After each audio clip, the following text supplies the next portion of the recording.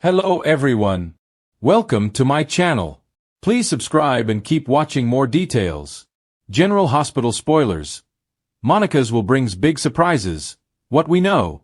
General Hospital spoilers gush. The Quartermaine mansion is about to become a battlefield of wills and whispers as Monica Quartermaine's, Leslie Charlson, will reading take center stage next week, promising shocks that could redefine the family forever.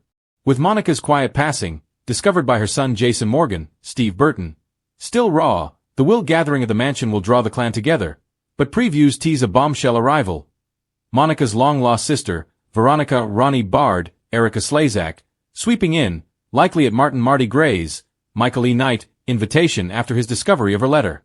Is Monica really leaving her vast estate to this mystery sibling instead of Tracy Quartermaine, Jane Elliott, or Michael Corinthos, Rory Gibson? And what other surprises lurk in that will? Fans are gossiping perhaps Ronnie isn't the only Bard crashing the party. Could more family ghosts be on the way? Veronica Bard's dramatic entrance. Ronnie's arrival at the will reading is pure Quartermaine gold. Marty's find of her doodle-covered letter, meant for Monica but undelivered, sets her up as the sister Monica never mentioned, tied to her adoption by Gail Baldwin, Susan Brown. Might Ronnie glide in like she owns the place, her poised demeanor clashing with Tracy's scowl? Invited by Marty, who is always scheming against Tracy, Ronnie's presence screams disruption. Fans react on Facebook. Ronnie crashing the will? Iconic. But is she a grieving sibling or a gold-digging interloper ready to claim ELQ shares or the mansion? Her debut could turn the reading into a shouting match, especially if she demands proof of Monica's intentions. GH spoilers gossip the will brings shocking news. Monica's will promises twists that could upend the Quartermaines. Will she snub Tracy, her lifelong rival, and gift the estate to Ronnie, honoring blood over loyalty? Tracy has been vocal about Michael as the rightful heir, seeing him as the future amid Drew Kane's, Cameron Matheson, scandals. But Monica's history of fairness suggests surprises. Perhaps a trust for the grandkids or a codicil exposing family secrets, like her adoption details or a hidden heir. Fans are salivating over a clause tying the mansion to Ronnie's approval, forcing Tracy to play nice or lose it all.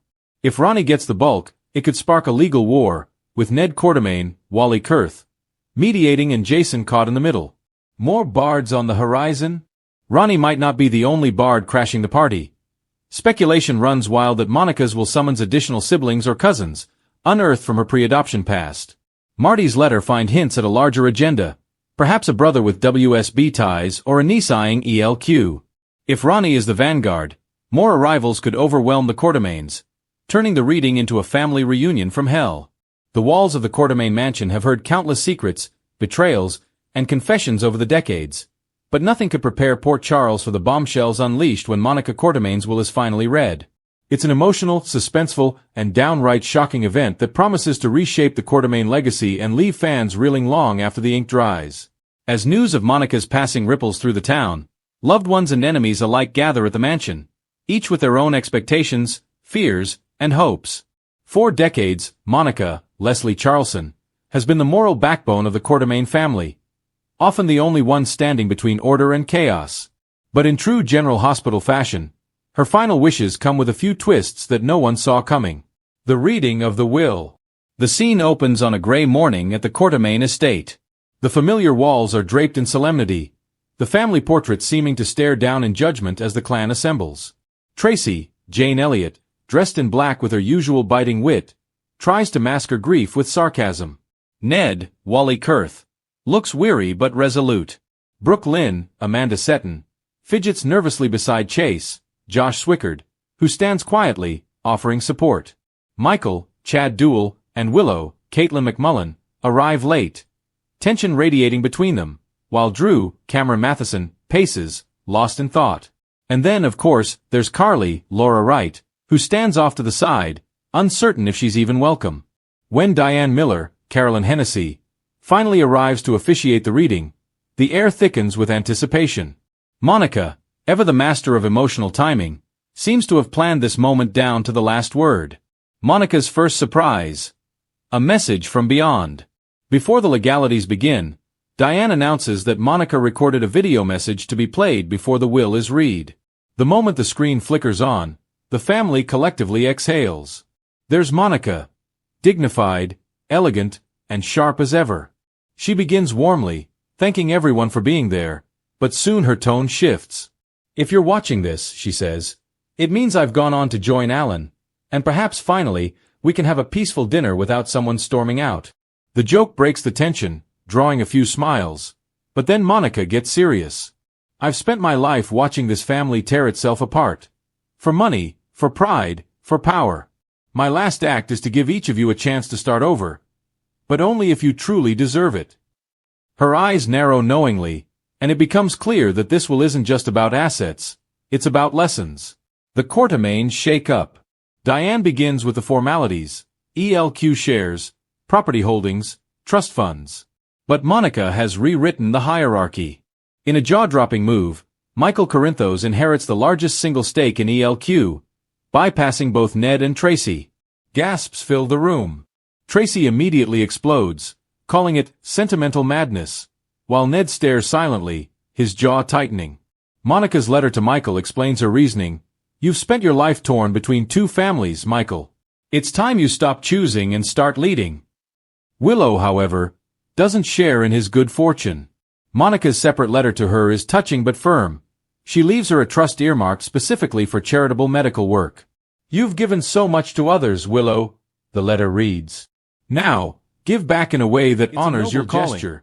But Willow can't help feeling stung. Some quietly wonder if Monica knew more about Willow's recent troubles than she let on. The Drew factor, and a secret project. Drew is next, and his inheritance isn't money, but a secret key. Diane explains that Monica left him the rights to a project only she and Alan once discussed, a new medical outreach foundation under the Quartermaine name. Attached is a cryptic note: "Drew, you've lived more lives than most men ever could. Now it's time to build one that's truly your own. Start where Alan and I couldn't, the Quartermaine Foundation for Healing." But there's a twist. The project's bank account has already been funded, and someone unknown has been making regular deposits. Drew immediately suspects Valentine Cassadine, but when he quietly confronts him later at the Metro Court, Valentine cryptically denies involvement, which only deepens the mystery. Tracy's fury and a hidden clause. Of course, Tracy is livid. Her portion of the estate is smaller than expected, though Monica does leave her the Quartermaine family silver and one sharp message: "Tracy, I trust you'll use these to cut cake instead of throats." But then Diane pauses and flips to a sealed envelope marked Addendum A. This part of the will, Monica specifies, is to be read only if a DNA confirmation has been made. The family gasps. Diane hesitates, then reads the line that changes everything. "To my granddaughter, whose identity was unknown to me until the final years of my life, you have a rightful place among us." All eyes dart to one woman, Sasha Gilmore. Sasha's stunning connection. Sasha stands frozen. "That can't be right," she whispers.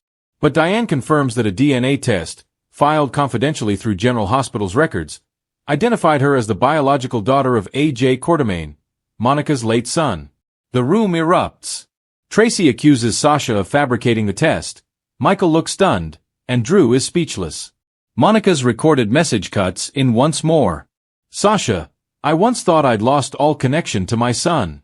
You've been through pain, deception, and loss, all things this family knows too well. I welcome you as a Quartermaine. Make the name proud." Tears spill down Sasha's face. For once, she isn't the fake daughter or the tragic model, she's a Quartermaine. The secret in the study. Later that night, after the reading disperses, Brooke, Lynn, and Chase discover something odd.